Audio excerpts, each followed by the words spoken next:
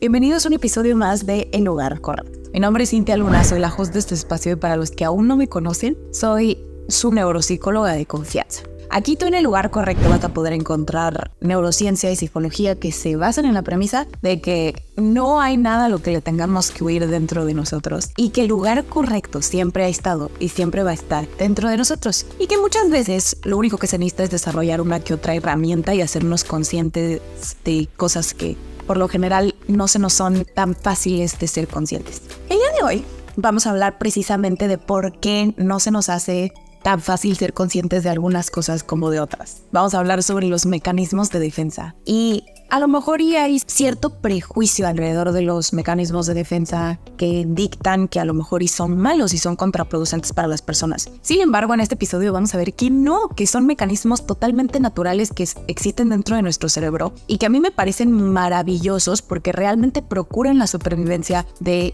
ser humano. Sin embargo, también vamos a hablar en qué momento estos mecanismos de defensa se vuelven contraproducentes para la evolución de una persona. Antes de empezar, me encantaría si te pudieras suscribir al canal o compartirlo a una persona que crees que se pueda beneficiar de esta información. Cualquier ayuda que nos puedas dar ahí en casita, te lo juro que ayuda y ayuda mucho para que nosotros podamos seguir haciendo esto. Pero sin más que decir, vamos a empezar con el episodio de hoy. Los mecanismos de defensa. Necesito que se imaginen a su cerebro y a los mecanismos de defensa como si fueran una parte dentro de su cerebro que son como agentes, espías, ninjas, que de repente cuando entra algo preocupante, que nos pueda generar ansiedad o que nos genere incomodidad emocional, entran todos estos agentes de la CIA y espionaje y ninjas y sacamos los mecanismos de defensa para proteger al individuo de que no sienta esta comodidad.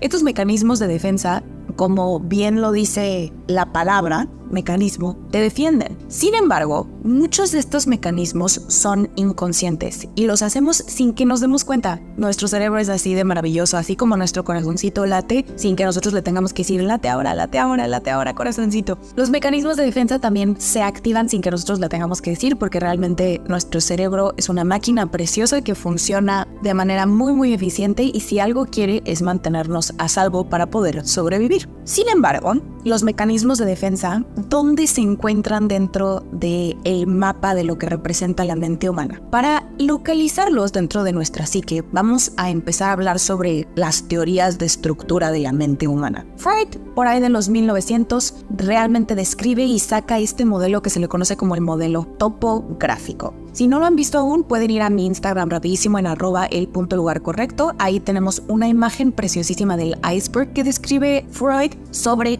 cómo es que la conciencia está conformada por este iceberg. Y esto es el modelo topográfico que a mí me impresiona que desde los 1900 Freud ya haya traído un poco, haya hecho ya hincapié a esta parte de la estructura del mapa de la mente humana. Y Freud propone con esta estructura, este modelo topográfico, que la conciencia está hecha de diferentes niveles y que hay cosas que se ven en la superficie y hay cosas que están ocultas para nosotros debajo de la superficie y que la mayoría parte de la psique humana es realmente esta conciencia de nuestra existencia y todo lo que hemos vivido y todo lo que hemos experimentado va formando poco a poquito esta parte de nuestra mente y propone que la mayoría de información que contiene nuestra psique está oculta y que está muy por debajo de lo que es visible del iceberg. Ahí en casita se pueden imaginar un iceberg, como vemos el piquito y después en la superficie vemos cómo se va haciendo más oscuro, más oscuro, más oscuro y no vemos lo que hay hasta abajo. Igual existen muchísimos, no memes, pero muchísimas infografías de una persona exitosa que está arriba del iceberg y cómo no se ve todo el trabajo que hay abajo de la realización de ese proyecto, de esa persona exitosa, ¿no? También hay representaciones así que yo he visto mucho en internet que me parecen bastante atinadas. Sin embargo, me gustaría que pensaran como este modelo topográfico del iceberg, como si la conciencia estuviera dividida en partes y que hay cosas arriba de la superficie que se nos son accesibles y hay cosas debajo de la superficie que no nos son accesibles o tan fáciles de acceder y que muchas veces necesitamos de la ayuda de alguien que nos ayude a interpretar qué puede estar acá abajito. Por el punto de vista del de la neurociencia igual respalda esta teoría del modelo topográfico con un modelo de multialmacén de memoria, que está compuesto en 3 niveles: la memoria sensorial, la memoria de corto plazo, la memoria de largo plazo. Y entonces, desde el punto de vista neurocientífico, también se viene a afirmar el que de lo que nos acordamos está guardado en diferentes categorías. La memoria sensorial es realmente el almacén de todas las cosas que vemos, que olemos con nuestros sensores, que normalmente no siempre estamos muy conscientes, pero que se guardan ahí. Es por eso que uno puede realmente, cuando huele un platillo que están cocinando y dices, oye, eso me recuerda a lo que hacía mi mamá, es porque pues tenemos esta parte preciosísima de nuestro cerebro que va guardando ahí memoria sensorial. Tenemos otra parte de nuestro cerebro que va guardando cosas de corto plazo. Y poquito a poquito vamos a ir desglosando cómo es que se le compara este modelo de la neurociencia al modelo topográfico que Freud ya había sugerido y ya había presentado en 1900. Vamos por partes. La preconciencia. Esta es la memoria de largo plazo. Es todo aquello de lo que estamos conscientes. Entonces, dentro de esta estructura, el piquito del iceberg y todo lo que conforma lo que sí está a la vista del ojo humano, es todo aquello que tenemos en el momento presente, que estamos pensando. O sea, tú estás a lo mejor y con tus audífonos escuchando este podcast, yo estoy aquí sentada en esta silla viendo mi computadora y mis apuntes, y quiero que se piense como esta parte de la conciencia y lo que sí se puede ver, de lo que somos conscientes, como lo que está pasando ahorita, lo que estamos sintiendo ahorita, ¿no? Y es como el escritorio de la computadora, de las pantallas y los programitas que están abiertos, si tienes abierto tu página de YouTube y si tienes abierto a lo mejor y tu documento de Word. La conciencia de lo que somos conscientes es realmente todo lo que está pasando ahorita. Después pasamos al siguiente nivel de este modelo topográfico, que es el de la preconciencia. Esta es la memoria de largo plazo. Y es todo aquello de lo que nos acordamos, como el día que nacemos, en el hospital que nacimos, porque es información que nos han dado a lo mejor y nuestros padres, o a lo mejor y qué edad tiene mamá, el teléfono de mi casa, pero que no siempre están en nuestro escritorio, como en lo que somos conscientes. Esta parte de la preconciencia realmente es algo en lo que podemos accesar si nos esforzamos y nos ponemos a hacer memoria, pero que no siempre lo tenemos consciente, ¿no? Cuando estás haciendo ejercicio probablemente no te estés acordando de el primer play que hizo tu hijo en la primaria, ¿estás de acuerdo? Pero si haces memoria y a lo mejor y buscas algunas fotos, ahí te vas a poder acordar. Y por debajo de la superficie de este iceberg tenemos el inconsciente.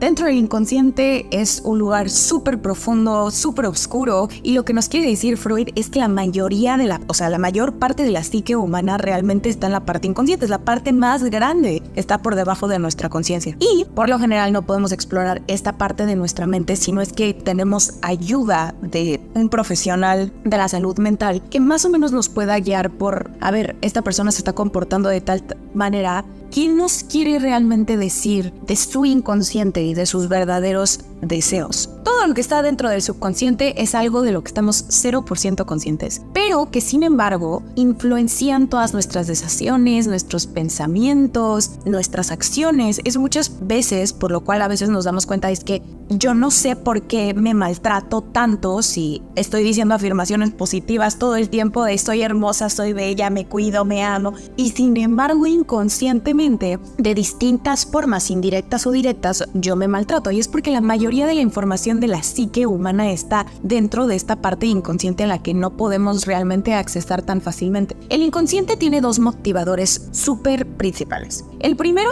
es el motivador de la vida. Se dice que el inconsciente tiene como primera motivación el preservar la vida, la pasión. Freud en ese momento le llamó el libido o el eros. Y es realmente este instinto y esta motivación a preservar la vida. Es esto que nos da la pasión como para perseguir lo que amamos, si tenemos hambre, que nos paremos y que nos vayamos a servir algo de comer. Y tiene esta motivación, uno, preservar la vida. El segundo motivador principal del inconsciente es la muerte, el Thanatos. Es este dios griego de la muerte sin violencia. Sin embargo, esta segunda motivación es de agresión y destrucción del ser. Thanatos es el término que Freud le dio a este segundo motivador del inconsciente, que viene de la mitología griega. Thanatos era este dios griego de la muerte sin violencia. Y en la psicología, las ideas de Freud sugieren que Thanatos representa este instinto interno dentro de un ser humano de la destrucción. y del lugar de un instinto generativo de procrear el bien, instinto interno por la destrucción. Ya sea la destrucción interna o ya sea la destrucción externa, de expresar violencia externa. Y que todos nosotros llevamos dentro de nosotros estas dos partes, ¿no? Este instinto que genera vida, este eros, este líbido, esta pasión por la vida y este instinto de supervivencia que nos hace que si tenemos hambre que comamos o que si nos estamos deprimiendo que busquemos algo que nos apasione, y que también tenemos esta parte autodestructiva que es como un instinto de muerte y violencia y destrucción. Y aquí es importante entender la diferencia entre Thanatos y esta parte del instinto que es agresivo. Thanatos es esta parte interna que nos lleva a destruirnos a nosotros mismos. Es esta parte que a lo mejor y puede que esté conduciendo el vehículo de nuestra mente cuando saboteamos relaciones o cuando saboteamos una oportunidad de trabajo, y que muchas veces no entendemos por qué, que lleva como a un acto contraproducente hacia nosotros mismos. Y por el otro lado, en la parte de este instinto que es agresivo, este es aquel instinto que nos lleva a expresarlo externamente, a hacerle daño al otro, a si yo tengo algo que me molesta, expresarlo en las otras personas y generar la violencia en el exterior, no tanto dentro de nosotros y destruirnos a nosotros mismos, sin embargo, acciones que sean agresivas con el entorno. La siguiente estructura que vamos a discutir dentro de, por esta parte que vimos un poco de la estructura de la mente humana, ahora vamos a hablar sobre la estructura de la personalidad y cuáles son las teorías que nos dictan si sí hay un mapa de la personalidad de una persona o no. Como ustedes a lo mejor ya han estudiado mucho la historia de Freud, si me están escuchando, a lo mejor y sabrían que hay una teoría estructural. Está la topográfica y está la estructural. Ya terminamos de ver el modelo topográfico, que es esta estructura de la psique humana. Sin embargo, ahorita vamos a pasar a la estructura de la personalidad de las personas. Esta se llama la teoría estructural y surge en 1923. Esta estructura nos da realmente un mapa muy concreto sobre la personalidad de las personas. Esta teoría estructural está compuesta por tres partes. El id, que es esta parte que busca placer y que está presente en nosotros desde que nacemos porque busca realmente satisfacer las necesidades internas. Como un bebecito, no le importa si la mamá está en un momento inconveniente, el bebé quiere comer y es esta parte de nuestra personalidad que quiere las cosas y quiere el placer y no le importa todo lo que esté allá fuera. Muchas personas dentro de la psicología lo comparan con este Homero Simpson. Él entra a la lujuria con sus donas y que muchas veces no le importa que esté haciendo Marge, no le importa que esté haciendo sus hijos. Él va y ve por sí mismo y eso es totalmente debatible, pero es más o menos como la característica que le ponen a este personaje, como para que ustedes puedan hacer a lo mejor una analogía que les funcione para entender un poquito más. El id es esta parte de nosotros que busca satisfacer nuestras necesidades internas sin importar qué pase alrededor. O sea, yo corro, yo pego, yo empujo, pero consigo lo que quiero. Y esa es esta parte de la estructura de la personalidad de las personas y está presente desde que nacemos. Por el otro lado, tenemos el superego. Esta parte de nuestra personalidad más o menos surge como cuando tenemos 6 añitos, porque empezamos a desarrollar empezamos a internalizar las creencias de las personas, de nuestros cuidadores y de nuestras cuidadoras. Y haz de cuenta que se puede hacer una analogía de que esta parte de la estructura de la personalidad de las personas, el superego, se podría referir como un Ned Flanders en la serie de Los Simpsons, que fue bastante famosa y es por eso que pongo este ejemplo. Este compás moral que uno tiene internamente. Una vez que uno ya internalizó todas estas creencias, obviamente a los 6 años todavía no terminas de internalizar creencias, pero ya te estás dando cuenta de algunas cosas que se hacen y otras que no se hacen. Y normalmente son cosas implícitas que no nos dicen, simplemente vemos que nuestra familia no hace y nosotros tampoco lo hacemos. O vemos que nuestra familia sí hace algunas cosas y entonces sí la hacemos. Esta parte de la estructura de la personalidad, el superego, es como este mapa moral que nos dice qué está bien y qué no está bien, qué es socialmente aceptable y qué no es socialmente aceptable. Y normalmente esta parte de nuestra personalidad viene muchísimo de la cultura y de las reglas sociales que a lo mejor y nuestros cuidadores hayan seguido o no hayan seguido. Por en medio, imagínense que está el id, ahí está Homero Simpson, abajo está el superego y justo en medio está el ego. Y aquí no quiero hablar del ego como realmente comúnmente se conoce como la parte egocéntrica de un ser humano no. No, estamos hablando sobre esta teoría de la estructura de la personalidad. Y aquí no se le refiere al ego como el egocentrismo o como en la espiritualidad se le conoce a esta parte que nos dicta qué hacer y que el ego es algo malo y que tenemos que quitar todo ego y vencer al ego, que ya después si quieren les hago un episodio sobre mi visión ante esas creencias. Sin embargo, en medio se encuentra el ego. Y el ego se puede más o menos, se puede hacer la analogía de que el ego es algo, ya que estamos hablando de los Simpson, algo muy parecido a Marge Simpson. Es esta persona que intenta mediar entre Ned Flanders, el compás moral y Homero Simpson, ¿no? Y entonces quiere encontrar, a ver, ¿cómo puedo satisfacer las necesidades del id? ¿Y cómo puedo realmente hacer que el bebé tenga que comer y el bebé sin realmente perjudicar a nuestro compás moral? Porque si perjudicamos al compás moral, entonces nos surge la culpa, entonces nos surge el desconfort, ¿no? Y entonces el ego tiene que ser lo suficientemente fuerte para poder mediar entre estas dos partes que se están peleando dentro de la psique. Yo lo veo mucho como pasan muchas negociaciones dentro de nosotros y por un lado sientes la culpa porque tienes esta creencia social,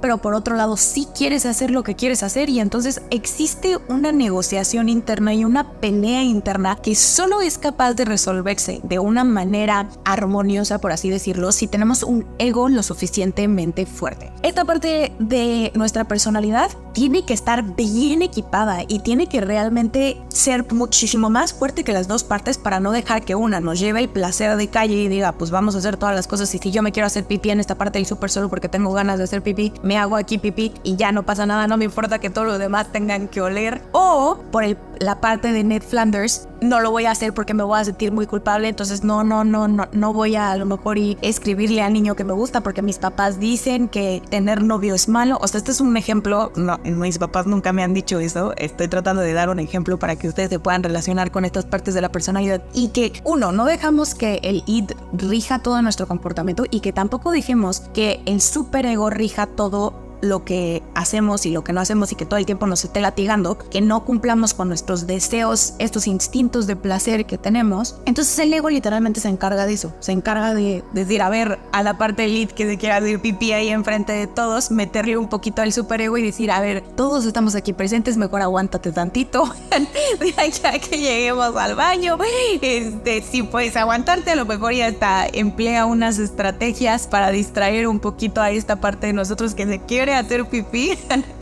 Y en el otro caso, por ejemplo, a lo mejor y al Ned Flanders que está diciéndonos todo el tiempo dentro de nuestro cerebrito, este superego que nos está diciendo que no podemos hacer las cosas. Un ejemplo muy común es los hombres son los proveedores, ¿no? Y siempre hay estas estructuras muy rígidas de lo que se nos dice de lo que puede hacer un hombre y de lo que no puede hacer un hombre o sí puede hacer. Y que el hombre se tiene que comportar de cierta manera. Tiene que ser proveedor, tiene que ser esto, tiene que ser lo otro. Y este es el Ned Flanders cultural que tenemos muchas personas internalizados de cosas implícitas que no se nos dijeron. Y el ego lo que hace es muchísimas veces mediar esas creencias y decir, bueno, tenemos que satisfacer estas necesidades y cómo es que negocio con estas dos partes y cómo puedo, uno, nutrir las necesidades de placer y nutrir las necesidades del id sin decepcionar y sin perjudicar a nuestro super ego. Y muchas veces lo que termina pasando en un proceso terapéutico es que vemos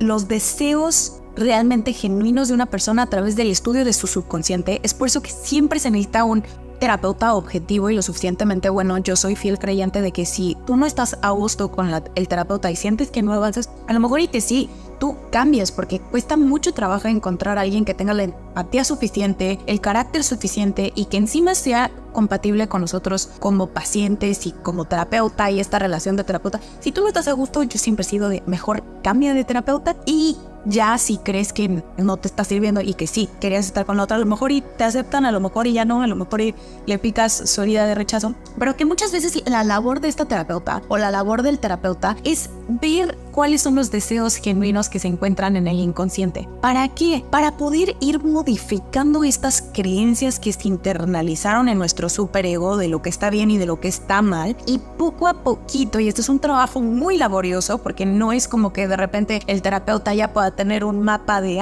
ok, esta persona se comporta así, por esto.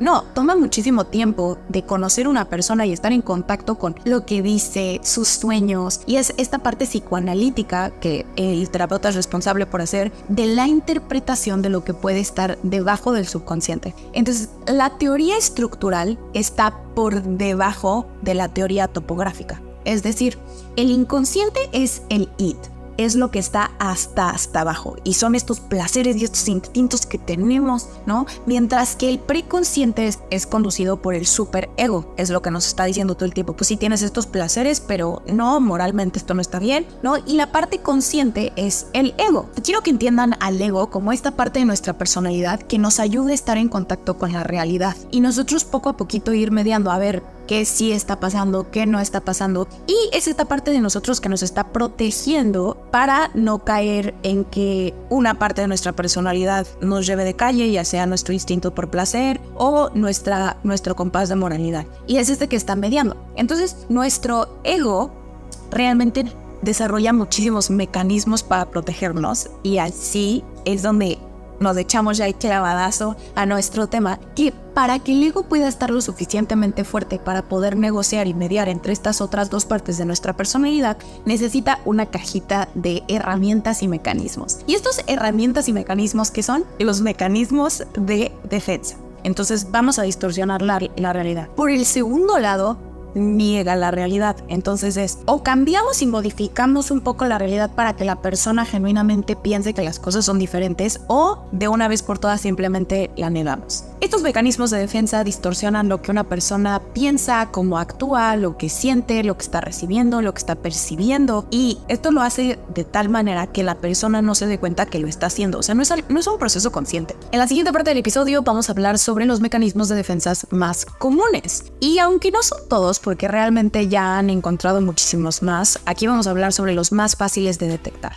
Como siempre, El Lugar Correcto te proporciona con recursos gratuitos para poder más o menos ir teniendo una guía y estar veno ciego en este proceso. Hicimos 3 cuestionarios que te van a ayudar a detectar cuál es tu mecanismo de defensa de confianza, y ese lo vas a poder encontrar en nuestro Instagram en @el.lugarcorrecto. Si nos mandas un DM, te vamos a mandar un link a todos los recursos gratuitos, y entre ellos vienen estas escalas de madurez de mecanismos de defensa, como para que tú puedas detectar más o menos cuál es tu favorito, cuál es el que siempre usas. Sin embargo, vamos a empezar con la represión. El individuo empuja, haz de cuenta, algo le pasa, entra en shock el individuo o experimenta un evento traumático, y la represión, este mecanismo de defensa, lo que hace es que empuja el evento traumático a una parte muy profunda del inconsciente, al grado de que la persona ya no está consciente de que lo vivió. Básicamente se le olvida. Un caso muy común de este mecanismo de defensa en acción es cuando uno sufre de un abuso físico o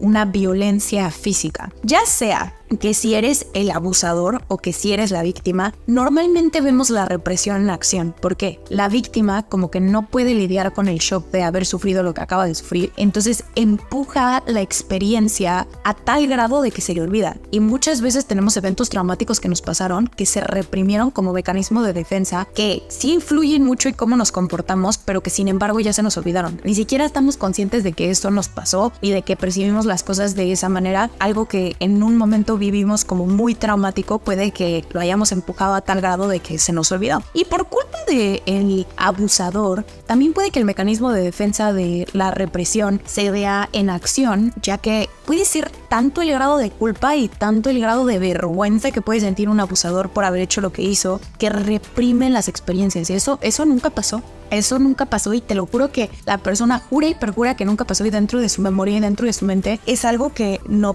percibe y no percibió con tal de no sentir la culpa. Entonces estos mecanismos de defensa realmente lo que nos ayudan es que la mente siempre esté en homeostasis, o sea, como que siempre regrese a su normalidad, que todo siempre esté bien, que no estemos alerta, que no estemos ansiosos, y como que nos quieren cuidar de sentir esa ansiedad. El segundo mecanismo de defensa es la proyección. Y este es cuando vemos en otras personas personas lo que no queremos ver en nosotros mismos. Esa frase de lo que te choca te checa es realmente este mecanismo de defensa en acción. Un ejemplo de los más comunes que hemos visto, de hecho una maestra hablaba mucho de este caso cuando una pareja tiene mucho miedo al engaño, a que le engañen y a que le sean infiel, y el ejemplo perfecto es que normalmente estas personas están proyectando sus necesidades de tener una infidelidad o tener un amorío a la otra persona, a la otra pareja. Entonces, yo creo que tenía una maestra que cuando me estaba explicando los mecanismos de defensa me dijo, ay, siempre ten mucho cuidado porque yo en ese entonces salía con alguien porque me decía que tenía mucho miedo de que yo fuera infiel. Y fue una de las primeras cosas que me di cuenta. Bendita maestra Fe, hasta donde quieras que te mando un besote, porque me acuerdo que me dijo, ay, ten mucho cuidado porque puede que sea la proyección. Y puede que sea una persona que en su naturaleza, sus deseos internos sea ser infiel y que por no querer aceptarlos, porque el superego les está diciendo que moralmente eso no está correcto, se lo proyectan a la otra persona. Y entonces la otra persona anda, ay, es que pobrecito, está traumado, no vaya yo a ser infiel, no voy a hacer nada que lo haga percibir que puedo ser infiel. Y ahí es el control y la violencia en acción de te controlo a partir de mi propio miedo de que tú seas infiel porque genuinamente estoy reprimiendo mis internos deseos de tener un amorío. Otra manera muy común de ver la proyección en acción es cuando una persona no se siente los 100% satisfecha con una situación. Es decir, en cómo actúa en una situación. A lo mejor y inventó un chisme, o a lo mejor y dijo algo mal, o a lo mejor y comentó algo que no debió de haber comentado. Y la persona se protege diciendo que cualquier persona hubiera hecho lo mismo. Todos son iguales, todos hubiéramos hecho lo mismo, estando en mi situación todos hubiéramos actuado de la misma manera. Y este mecanismo de defensa lo que está intentando buscar es que la persona no sienta la culpa, que la persona, y tampoco que la persona no sienta la incomodidad. A lo mejor y tú estás viendo a otra persona y estás criticando y te la vives criticando a los gordos y ay, ¿cómo pueden comer, malditos gordos? Y realmente lo que están viviendo es a lo mejor y ellos se sienten mal con sus cuerpos y están proyectando este deseo interno de quererse sentir bien con sus cuerpos, y como el otro gordo se siente y les tira hate a otras personas. Eso se ve muchísimo en internet. ¿Quieren ver la proyección en acción? Métanse a cualquier video de YouTube, a cualquier video viral de Instagram donde a lo mejor y una mamá está exponiendo a sus hijos haciendo la tarea y va a haber millones de comentarios de yo les aviento una chancla. O sea, en cualquier video en internet te metes a los comentarios y vas a poder ver la proyección en acción. Como todas las personas lo que tienen guardado lo sacan allá, y no es el único mecanismo de defensa que vamos a ver en los comentarios de las redes sociales. Pero el siguiente mecanismo de defensa muy común es el de la regresión, y es cuando nos regresamos a una etapa del desarrollo. Es decir, ¿cuántos no han tenido como una activación o yo le llamo activación a una experiencia con una intensidad emocional muy grande que es desproporcional a lo que amerita la situación? Eso yo lo conozco como una activación del eje hipotalámico suprarrenal, ¿no? Pero realmente es que simplemente estamos haciendo un berrinche, en otras palabras. Y es desproporcional la intensidad de la emoción con el evento que está pasando, porque normalmente triggerea una experiencia del pasado, te sientes activado, y ahí es cuando se ve muchísimo la regresión, que es cuando nos revertimos a una etapa temprana del desarrollo, ¿no? Que a lo mejor y te quedaste atorado y te recuerda a ese momento de tu desarrollo, y la emoción que experimentas es desproporcional a lo que está pasando. Y muchas veces se da cuando el adulto o la persona que está experimentando esta expresión dramática de sus emociones es un berrinche, o sea, casi como si vieras un adulto tirarse al piso en el súper y patalear porque no quiere que su novio salga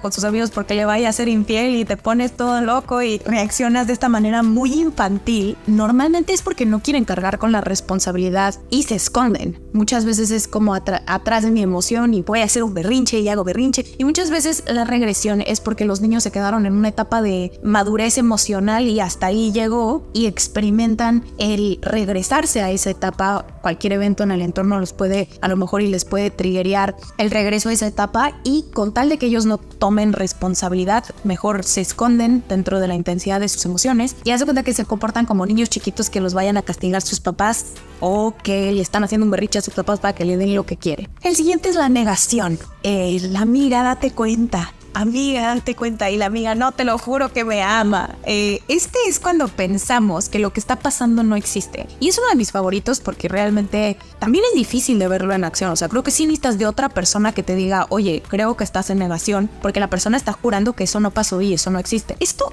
realmente pasa cuando lo que está pasando en nuestro entorno nos genera un disconfort y una ansiedad extrema, que es mejor actuar como si nada estuviera pasando. Es mejor esas expresiones de ponlo debajo del tapete.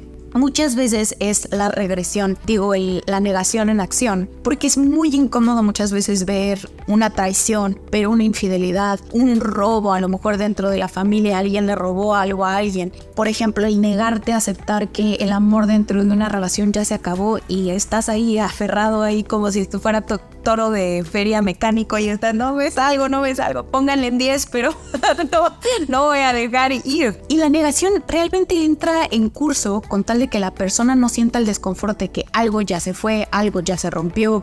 Otro ejemplo es negarte a aceptar que a lo mejor y otra persona tiene la misma visión de vida que tú, a lo mejor y no son compatibles, entonces también como que te niegas a aceptar y te niegas a ver que dos personas simplemente son compatibles y que más que realmente forjar una relación juntos, a lo mejor y se van a hacer daño mutuamente. Entonces uno se niega a ver que a lo mejor y no hay compatibilidad, a lo mejor y no hay mismo plan de vida, y con tal de no sufrir la incomodidad de la separación o de la soledad o de lo que sea que esté cubriendo este mecanismo de sentir. Este también se da muchísimo cuando un ser vivo que amas y que adoras se muere, y muchas personas entran es una parte del proceso del duelo, de la negación. O por ejemplo en tu trabajo, que a lo mejor y perdiste tu trabajo y entras en negación, ¿no? Y muchas veces siento que este es un poquito más, se ve más cuando hay una crisis más grande que todo el mundo la está viendo. Es imposible negarte enfrente de las personas queridas a tu alrededor. El siguiente es el desplazamiento, y este es cuando redireccionamos nuestras emociones hacia otras cosas y hacia otras personas. Es decir, alguien viene y me hace enojar, y porque para mí, o sea,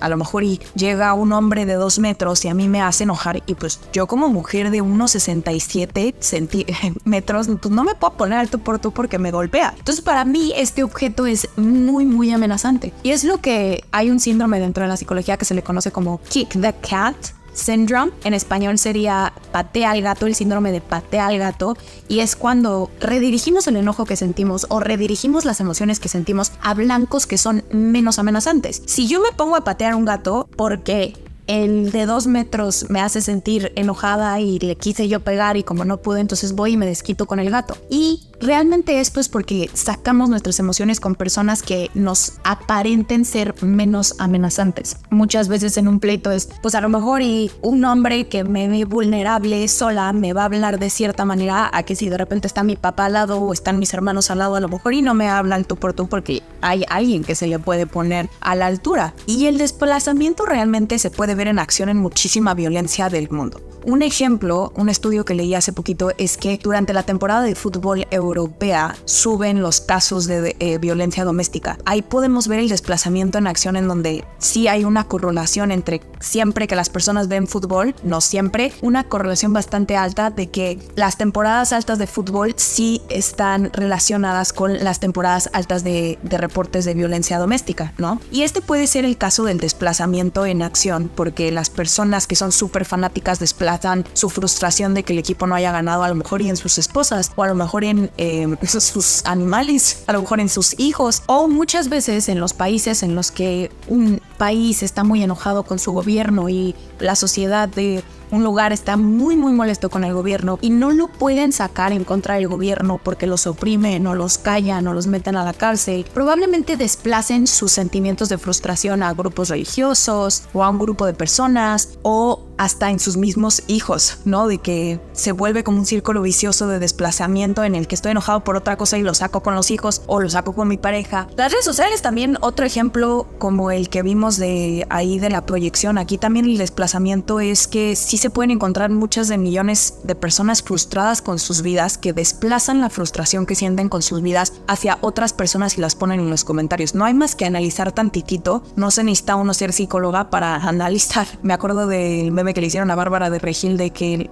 los heridos hieren. Y pues sí, precisamente una persona que desplaza sus emociones como mecanismo de defensa y proyecta esas emociones con tal de no sentirse frustrados ellos y critica la vida de otras personas, realmente es porque no quiere sentir el desconfort de que a esa persona no le gusta su vida, no ha tomado las decisiones que lo hacen sentir como si estuviera ganando como siempre como Belinda. Y claro, porque hay una pantalla de por medio y no te van a poder hacer nada, es un blanco fácil y no representa una amenaza en tu contra de que no te puede decir nada porque hay una pantalla que te está protegiendo de por medio, pues se sienten muy valentonados. Y ahí sí comento cosas horribles que nunca le dirías a una persona a su cara.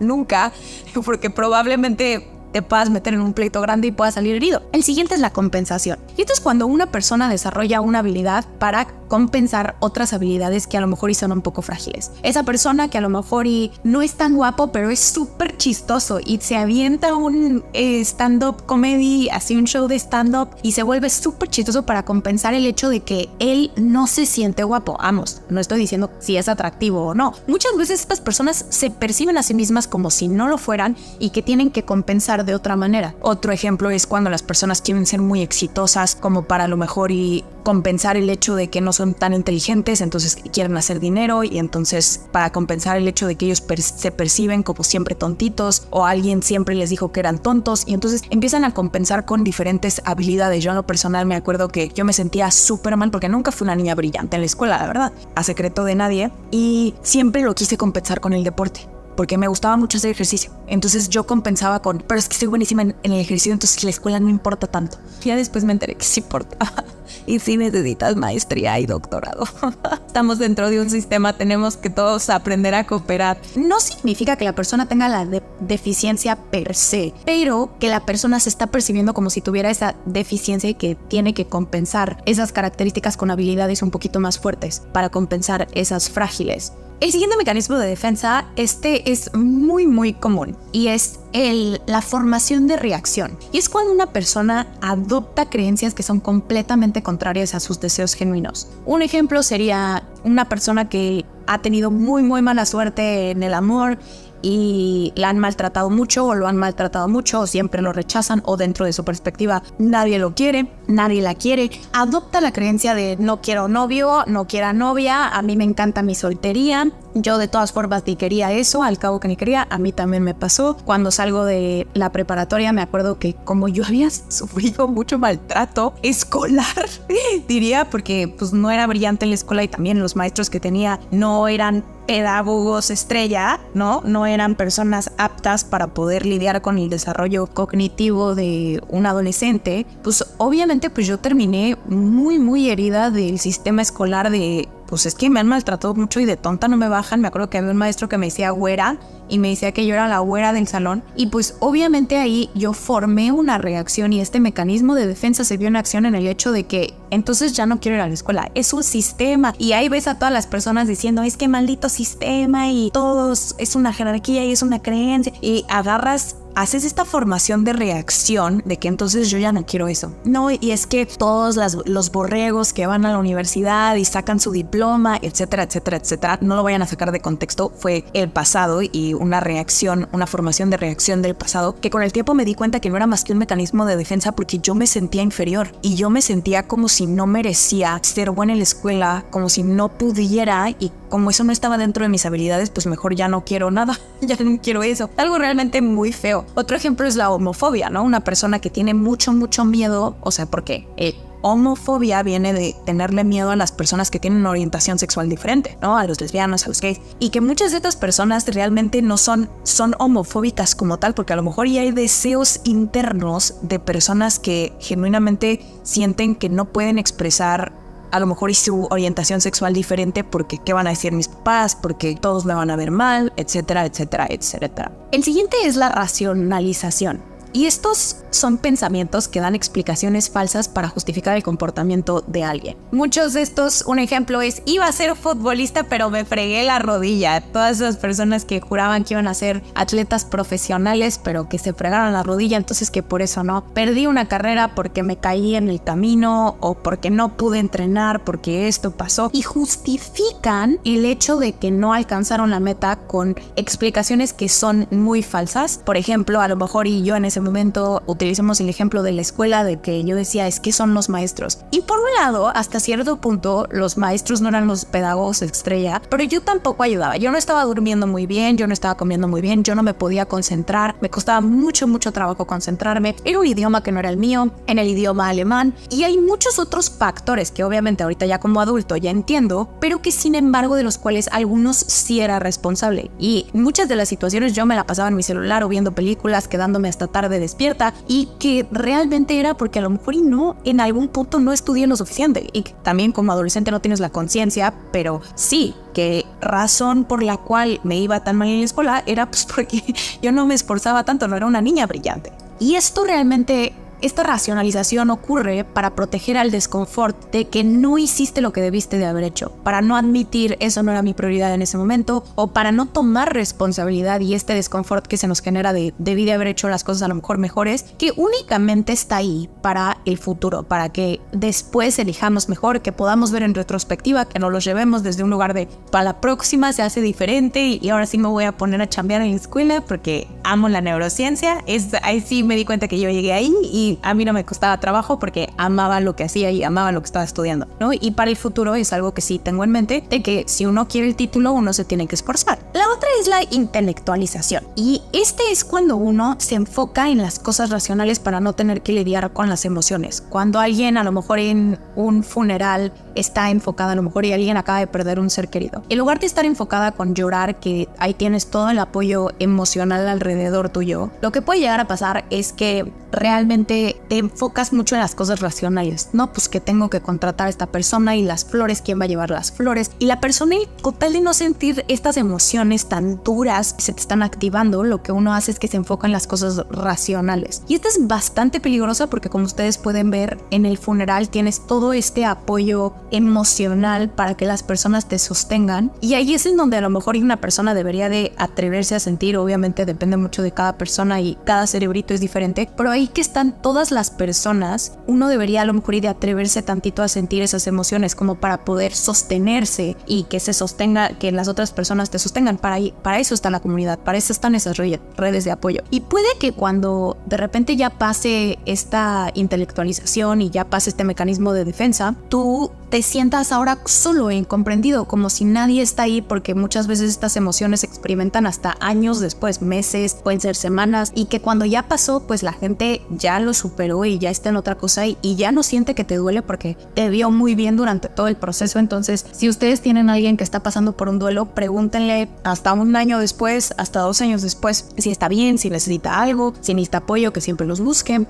Es importante recalcar que los mecanismos de defensa son totalmente normales. Son mecanismos del cerebro que nos mantienen en homeostasis para poder realmente ayudarnos a lidiar con las situaciones y ayudarnos a movernos con el mundo y a esta negociación que se hace en el superego y el id para satisfacer los placeres sin realmente perjudicar la parte moral, a este compás moral que tenemos, y se instalan los mecanismos de defensa. Hay mecanismos de defensa, como lo pueden ver, adaptativos. Llega un momento, un evento traumático que a lo mejor y en ese momento no lo puedes procesar porque tienes muchísimas otras cosas que hacer. Entonces como que se queda en stand-by y después con ayuda terapéutica te ayudan a traerlo a la mesa para que lo puedas trabajar. Sin embargo, hay muchísimos mecanismos de defensa que pueden ser súper dañinos para la persona si es que la persona se queda toda su vida en negación. Puede que la persona nunca desarrolle realmente una autonomía o nunca desarrolle a lo mejor y una estructura de pareja que quiere vivir porque está en negación y dice no, todo es perfecto, todo es perfecto, todo es perfecto. Si una persona, por ejemplo, siempre está desplazando sus emociones hacia su pareja, pues en algún momento ese vínculo se rompe. La intelectualización, el todo el tiempo racionalizar tus emociones y decir yo no siento nada, yo no siento nada, eso también te lleva a aislarte emocionalmente y con el tiempo sí se manifiesta en depresión y ansiedad. Entonces muchos de estos mecanismos de defensa pueden tomar un giro y ser contraproducentes y realmente llevar a la autodestrucción. Estos dos motivadores que hablamos al principio, ¿no? De uno tiene la motivación de crear vida y la segunda motivación es la destrucción. Y así como pueden ser adaptativos, nos pueden perjudicar. Y por eso es tan importante estar conscientes de cuáles son nuestros mecanismos de defensa, conocer qué hay dentro de nuestro inconsciente, ser curiosos. Eso se estudia a través del psicoanálisis y la psicodinámica, con el entendimiento de los sueños, el entendimiento de cómo nos relacionamos, por qué pensamos lo que pensamos, por qué nos gusta lo que nos gusta. Y muchas veces ahí vamos a ver realmente el It y el Homero Simpson dentro de nosotros, que tienen los placeres ocultos y que están en el subconsciente, que no se pueden expresar y que no se pueden experimentar porque hay una parte moral que te está diciendo que está mal o que no debería de ser así. Con ayuda de un terapeuta, esto se puede ir desmenuzando poco a poco. Sí tarda uno en conocer estos mecanismos de defensa, pero es precisamente la tarea de un terapeuta. Interpretar lo que está pasando en la superficie para poder más o menos interpretar qué pudiera estar en acción, el mecanismo de defensa en acción, para después ayudarte a ver cuáles son tus deseos genuinos y que puedas vivir una vida auténtica. Espero que les haya encantado este episodio. En los comentarios, si quieres, me puedes dejar cuál es tu mecanismo de defensa favorito. El mío es el de la negación.